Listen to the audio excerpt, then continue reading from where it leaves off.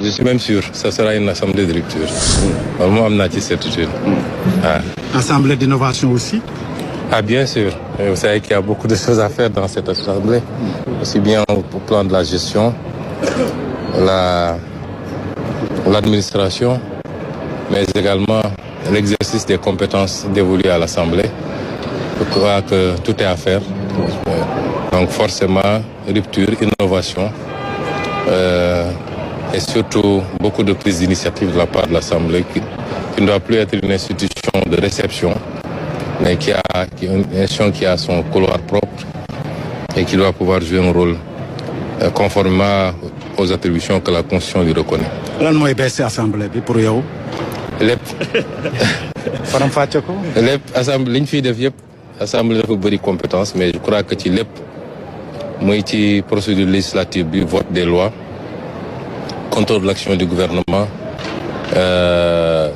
accompagnement du gouvernement aussi dans la gestion représentation rôle de représentation du peuple je crois que ci fànn yëpp daal et ko xool suñuy député ci législature bu génn ni ñu taxawee rek def naa li ñu doon liggéey ci représentation en termes de questions écrites questions orales interpellation du gouvernement kenn mënu si gis lu toll noonu ci assemblée nationale te li ci gën a kii sax mooy même le peu de temps bi ñuy def ñun bi ñuy egg si nguur avant ñu di si assemblée nationale c'est les députés de notre groupe qui continuaient à adresser des interpellations aux ministres donc loolu déjà c'était un signal fort et ko xool aussi suñuy député ñu taxee woon ci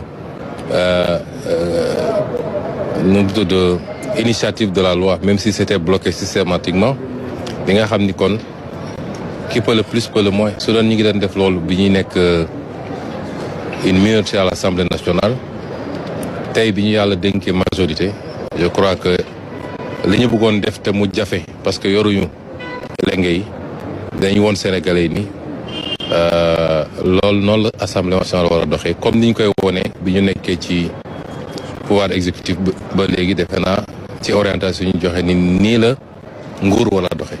Premier ministre dafa démissionné wala dafa toog fii ci assemblée laa wax. Non, moi je reste à la primature, Inch'Allah. Et je souhaite un bon mandat à tous les députés. Le président de l'Assemblée nationale, quelle posture devrait-il avoir? Parce que vous avez été député pendant longtemps, vous connaissez bien cette maison. Qu'est-ce qu'il doit développer comme valeur? Vous savez, on fait des fixations sur... C'est ça le problème de ce pays. On fait des fixations sur des positions de travail et non pas sur l'institution. Le président de l'Assemblée nationale ne détermine pas l'Assemblée nationale. Il n'a pratiquement aucun moyen d'influer sur l'Assemblée nationale. Il ne vote même pas. Le président national reçoit, convoque le bureau et c'est le bureau qui décide. Et s'il valide, ça va en commission, ça va en plénière. Et en plénière, c'est les groupes parlementaires qui débattent et qui votent. Donc c'est pas le président de l'Assemblée nationale qui peut, à la limite, à part le rôle de gestion, au courant. Et ça aussi, il le fait avec le bureau. C'est des décisions collégiales. C'est la même chose pour le président de la République, pour le Premier ministre. Donc, on fait beaucoup de fixations sur des personnes en disant le président de l'Assemblée nationale, le président de la République. Mais une République fonctionne de manière beaucoup plus complexe, ce qui fait que le président de l'Assemblée nationale, c'est un rôle important. C'est la deuxième personnalité de l'État. Mais en réalité, c'est pas lui qui détermine la vie de l'Assemblée. C'est les groupes parlementaires véritablement qui déterminent la vie de l'Assemblée. Mais suñu la tee lu yàgg waaye si olof rek ñu bëggoon xam ndax da ngay démissionner assemblée wala da ngay toog assemblée wala da ngay des primature. non man ñaara ma fi andi woon benn bi mooy déposer sama lettre de démission en tant que député am na liggéey bu ñu sumb à la primature président de la République soxla na ma ci wetam on continue ce travail là Inch'Allah ñaareel bi mooy woon dajale mboolem seen suñuy député pour waxtaan ak ñoom ak joxe un certain nombre de consignes kon ñu ngi leen di ñaanal ñoom ñëpp un bon mandat kóolute bi nga xam ne askan bi am na ko ci ñoom ñu mat ko ba mu mat sëkk yàlla yombalal leen loolu lañ leen di ñaanal mais ñu ngi continuer liggéey bi ñu dooree woon fële. Juste une dernière question, remaniement ou pas? Non, le président moo koy décider. Merci. Merci, comme Premier ministre. Donc, on m'a surnommé Ousmane Sonko. Et vous êtes député du parti que dirige Ousmane Sonko. Oui, que dirige Ousmane Sonko, mon homonyme. Ça, c'est une belle histoire. Merci. Alors, et une autre image, hein, Issa, que je veux partager avec... Amadou Ba aussi, mu ngi noonu Abdoulaye Sylla mu ngi noonu saafonte ak moom. L'ancien premier ministre Amadou Ba, Cheikh Omar Anne aussi moom mu ngi noonu accompagné ko sol xaptaan bu bële bi noonu. Voilà, donc ñoom sept députés la ñu am. Donc l'ancien premier ministre Amadou Ba mu ngi noonu door a dugg si 11h23 comme ni ngeen ko gisee noonu rek en tout cas mu ngi noonu Amadou Ba voilà député voilà mu ngi noonu installé wu na ànd ak Cheikh Omar Anne ak yeneen collègue député am voilà donc mu ngi noonu toog comme ni ngeen ko gisee noonu rek ci image yi mu nekk nag bés bu am solo voilà bu ñu demee ba vraiment ñoom ñëpp ñu réuniraat ñu waat ci assemblée nationale. Voilà, Moustapha Diop, Ndeye Saly Diop, ils sont tous présents. Voilà, ils sont tous présents pour assister à cette cérémonie d'installation des députés de la 15e législature. Cheikh Tidiane Youm également, député de la coalition Sàmm Sa Kàddu.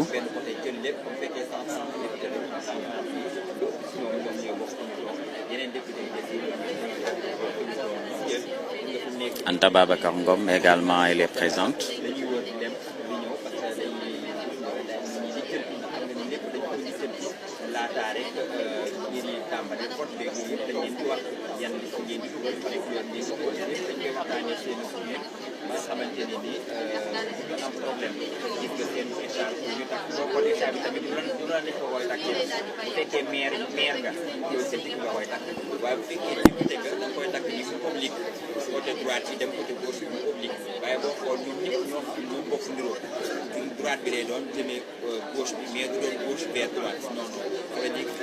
Voilà, toujours en attente donc de l'installation de cette 15e législature. Voilà, on voit également l'arrivée.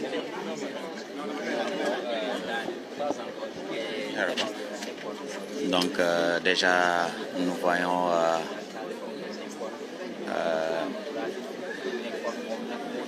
le député Amadou Ba, l'ancien premier ministre,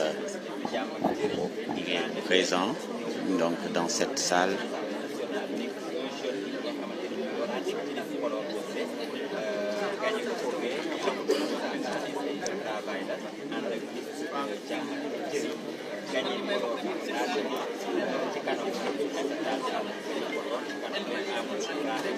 Voilà, Aïssata Tall Sall également fait partie de la coalition. Bon, la majeure partie de la coalition Sàmm du moins Takku Wallu n'est pas encore présente.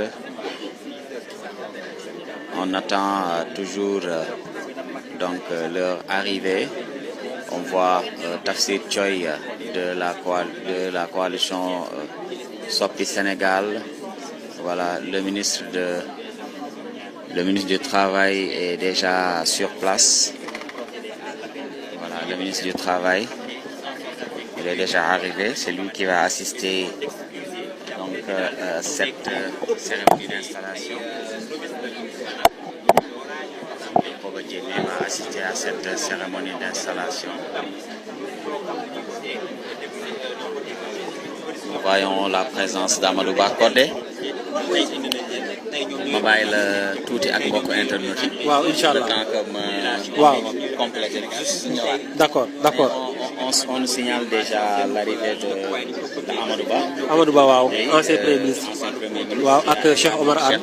waaw ñoom ñëpp ñu ngi fi. pratiquement la coalition Takku Wallu ñu ci bëri ñëwaguñ dafa mel ni. effectivement ñi des ci opposition bi ñoom ñoo des mais ci nguur gi moom pratiquement ñëpp ñëw nañu ci wàllu Pastef waaye ci opposition bi des na ñenn opposition yoo xamante ne nii ñëwaguñ ci salle bi donc ñu ngi seen noonu Amadou Ba moom Amadou Ba nekkoon fi premier ministre moom nag yorul écharpe xëy na mu ñëw àndaale écharpe am.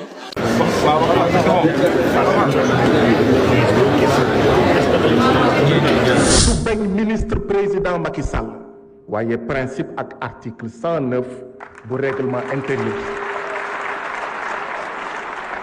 Donc président Alla Kane da nga war a teg suñu loxo ñun Assemblée nationale du Sénégal bataaxalu gouvernement buy wane ne suñu mbokk suñu xarit suñu camarade El Malick Ndiaye démissionné na gouvernement boo ko tegulee fii monsieur El Malick Ndiaye dañuy jàpp ne ministre la ba tey jii nii te kon mënul toog fii ak ñu nekk député day nekk candidat xëy na nag wax ji yëpp dafa gudd xëy na da ngeen fàtte rek teg suñu loxo démission bi bu ngeen ko tegee rek mun nañ jàll ci vote bi jërë ngeen jëf.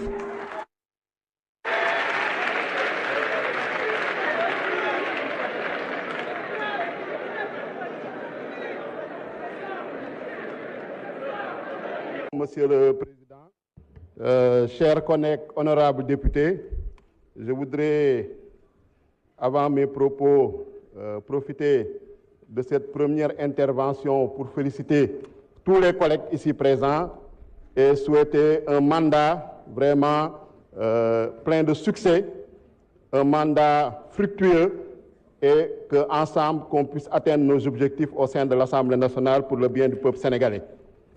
Je rappelle que la candidature de Malick Ndiaye a été proposée par le groupe parlementaire PASTEF les Patriotes que j'ai l'honneur de diriger.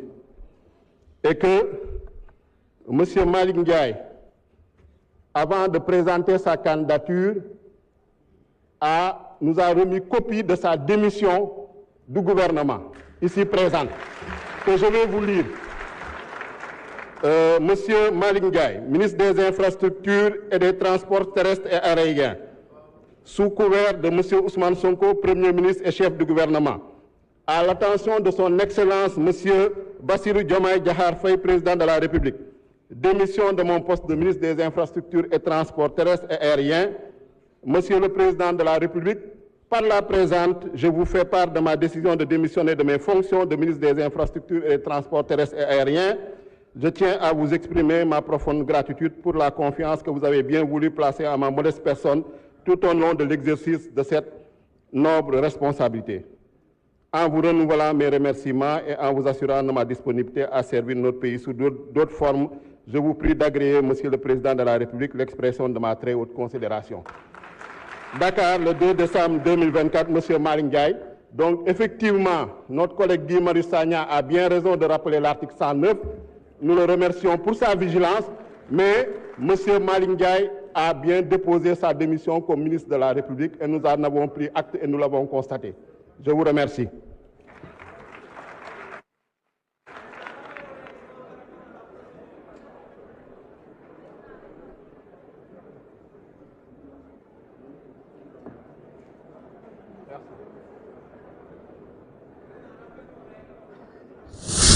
Notre collègue l'a rappelé, c'est-à-dire le mandat de député est incompatible avec la qualité de membre du gouvernement. Nous, en républicains, en responsables, on n'a pas voulu bloquer, encore une fois, depuis ce matin, le fonctionnement de l'Assemblée nationale et du pays. Monsieur le Président, les démissions sont remises, c'est vrai, au Premier ministre et au gouvernement. Mais le règlement intérieur n'autorise pas une autre personne, à part le président de séance, de donner lecture à une démission aux députés.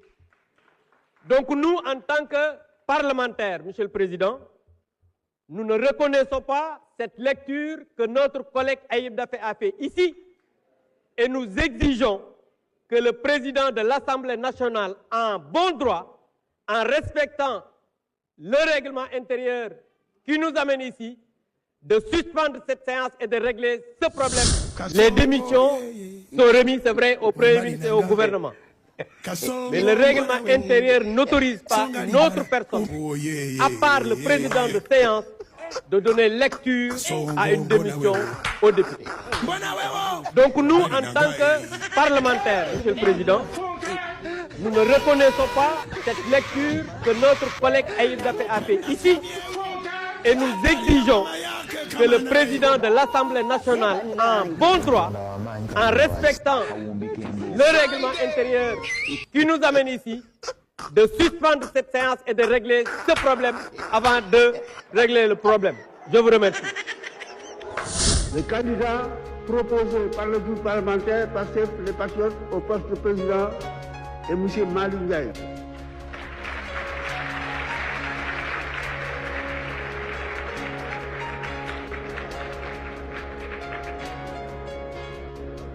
Nous allons procéder à l'élection du président de l'Assemblée nationale par vote au scrutin secret. M. Malick Ndiaye ayant obtenu 134 voix est élu président de l'Assemblée nationale.